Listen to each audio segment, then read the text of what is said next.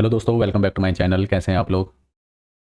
आज मार्केट ने जो सपोर्ट लिया अपना 19,330 के सपोर्ट लेवल के पास सपोर्ट लिया था। मॉर्निंग में मार्केट गैप डाउन खुली थी और गैप डाउन भी ज़्यादा गैप डाउन नहीं खुली थी, ठीक है। और पर उसके बाद जो 5 मिनट की कैंडल बनी वो 19 जो पिछले दिन का सपोर्ट था, ठीक है, जो पिछले दिन का स्विंग था, तो वहीं पे आके इसने फर्स्ट टाइम सपोर्ट लिया, ठीक है। फिर उसके बाद इसने एक 10 बजे सपोर्ट लिया, फिर उसके बाद बाउंस किया। यहाँ पे भी जिन्होंने लास्ट वीडियो को देख के बाइंग करी होगी इसको सपोर्ट मान के, तो यहाँ पे भी उनको अच्छा खासा रिस्क रिवार्ड मिला होगा।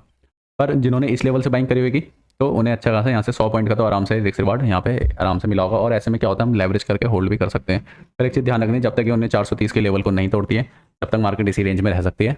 और आज एक्सपायरी तो काफ़ी अच्छी रही फिन निफ्टी में, क्योंकि जो ये शॉर्ट कवरिंग मूवमेंट आया तो ये बहुत अच्छा मोमेंटम आया। क्योंकि एक ना ट्रेडिंग में एक चीज़ डिसाइड करनी बहुत ज़रूरी होती है कि ट्रेंड किस तरफ है। अगर मान लीजिए ट्रेंड पॉजिटिव है और हम यहाँ पे फंस जाते हैं, हमने बाई चांस हमने यहाँ पे बाइंग कर रखी है, ठीक है, और बेसिकली फ्यूचर में, ठीक है, अगर हमने यहाँ फ्यूचर में बाइंग कर रखी है, अगर हम यहाँ पे बाइंग में फंस जाते हैं तो हम उसको होल्ड कर सकते हैं, ठीक है। अब जैसे मान लो यहाँ पे आया, फिर यहाँ पे हमने इंट्राडे में ही यहाँ पे 100 पॉइंट के बाद नीचे बाइंग कर ली, कॉल साइड से एवरेज कर ली, ठीक है। अब जैसे ये रिवर्स हो गई तो जिन्होंने यहाँ पे बाइंग करी होगी या तो एग्जिट कर गए होंगे या उन्होंने दोबारा पोजीशन बना के प्रॉफिट बुक कर लिया होगा। तो फ्यूचर में ये फायदा होता है। और ऑप्शन में क्या होता है, अगर आज के दिन एक्सपायरी होती और ये नहीं आ पाता तो ये जीरो हो जाता। तो ये ऑप्शन के थोड़ा नुकसान है, और फ्यूचर में हम कैरी फॉरवर्ड आराम से इसको कर सकते हैं और मार्जिन बेनिफिट ले सकते हैं, ठीक है। तो ये इसके फायदे हैं। अब यहाँ पे ट्रेड कैसे बनती थी, जैसे कि मार्केट आई है, ठीक है, ये अपना क्या दिख रहा था, सपोर्ट दिख रहा था ये लेवल, इसके नीचे आई फंसाने के लिए।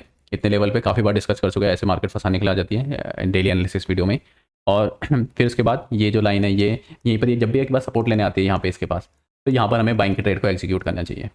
अगर हिम्मत है तो यहाँ पे कर सकते हैं, क्योंकि यहाँ पे जितना अगर ऐसा हम यहाँ पे लगाएंगे तो उतना हम यहाँ से ऐसे इतना लगा सकते हैं। पर जब प्रॉपर कंफर्मेशन हो जाए तो हम यहाँ पे इसको बाइंग कर सकते हैं। जैसे एक लॉट यहाँ पे बाइंग कर लिया, फिर इसके बाद इसी लाइन के पास सपोर्ट लिया, यहाँ पे बाइंग कर लिया, फिर एक बार यहाँ पे बाइंग कर लिया।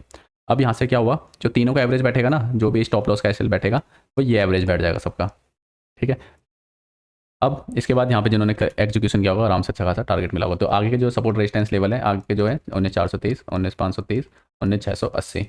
अब देखते हैं ये 680 तक का मोमेंटम इस थर्सडे वाली एक्सपायरी वाले दिन आता नहीं आता, जैसे अक्टूबर में आया था श्री कृष्ण जन्माष्टमी के पहले। तो इस बार देखते आते नहीं आता निफ्टी में।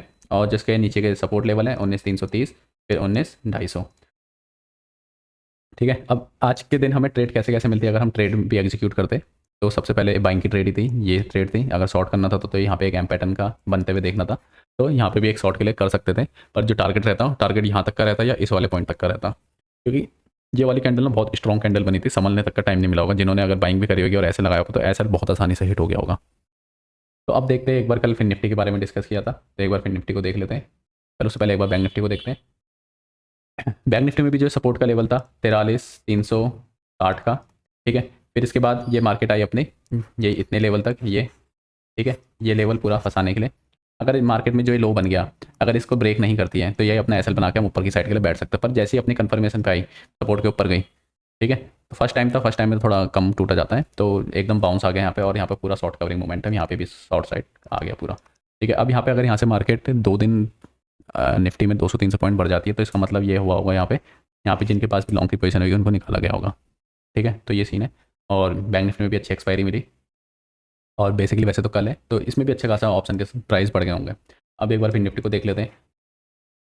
फिर निफ्टी में कल डिस्कस किया था कि अगर मार्केट गैप अप खुलती है तो इस लेवल पे सपोर्ट ले सकती है। तो यहाँ पे तो आज मार्केट गैप डाउन ही खुली वैसे, मतलब फिर निफ्टी के हिसाब से तो सेम प्राइस पे खुली थी, फिर उसके बाद डाउन साइड हो गया था पूरा फिर निफ्टी। और पूरा एक एन पैटर्न बनाते हुए इसने पूरा नीचे तक का एन पैटर्न पूरा दिया इसने, ठीक है। फिर उसके बाद सेम मोमेंटम। अब ऐसे में बाई चांस हमें लग रहा है फिर निफ्टी नेगेटिव जा सकता है, तो हमें पहले ना बैंक निफ्टी और निफ्टी का चार्ट लगा लेना चाहिए, क्योंकि निफ्टी सपोर्ट पे था, ठीक है, बैंक निफ्टी सपोर्ट से थोड़ा नीचे था, पर बेसिकली उसको सपोर्ट ही माना जाता है क्योंकि एक सपोर्ट रेजिस्टेंस की रेंज होती है। और ये भी एक तरीके से सपोर्ट पे था। कब के सपोर्ट पे था, जो 5 तारीख का स्विंग था, ठीक है, तो उसके हिसाब से सपोर्ट पे था। एक बार देख लेते जो पिछला स्विंग था उसी के पास से इसने ये, ठीक है, कब का, ये इस तारीख का, देखो यहीं पर ही इसने यहीं पर ही सपोर्ट लिया। तो बेसिकली अगर हम यहाँ पे बाइंग बनाई होगी, ठीक है, ये करा होगा यहाँ पे, तो फिर यहाँ पे एसएल हिट हो गया होगा। अगर हमारे बाइंग के लेवल से ऊपर आ जाता है तो हमने प्राइस पे ऐसे लगा देना चाहिए एसएल हिट। फिर उसका तो वेट करो, यहाँ पे इतना वेट किया 6-7 कैंडल का वेट करो, नहीं तोड़ दी नीचे लो, फिर बाइंग साइड बैठ जाओ, ठीक है। और यहाँ से बहुत अच्छा टारगेट मिला। जिन्होंने भी इन द मनी 19,300, 19,350 की कॉल ऑप्शंस लिए होंगे, ठीक है, तो उन्हें बहुत अच्छा खासा प्रॉफिट हुआ होगा। और जिन्होंने 19 450, 19,500 के लिए होंगे। उन्हें तो एकदम उनका जैकपॉट लगा होगा क्योंकि आउट ऑफ द मनी था और इसमें बहुत अच्छा जैकपॉट मिला होगा। ठीक है, तो ऐसे ही होता है और पूरी वी सेव रिकवरी आई, सिंपल वही था। या तो अगर यहाँ से अगर ऊपर का मोमेंटम आता है तो यहाँ पे लूज हैंड्स को निकाला गया है और उसके बाद देखते हैं ब्रोडर मार्केट में क्या चल रहा है, क्योंकि मार्केट में हमें हर चीज़ के लिए तैयार रहना चाहिए।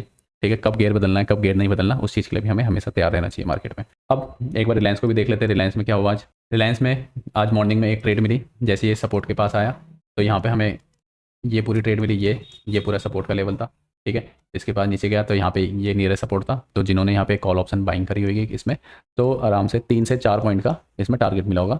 अगर कॉल ऑप्शन आपने 2300 वाली आराम से बाई करी होगी तो यहाँ तक का टारगेट, फिर एक बार टारगेट मिल गया फिर दोबारा आया, मार्केट ही बंद होने वाली है तो कैरी फॉरवर्ड करके ले जाना जरूरी नहीं है।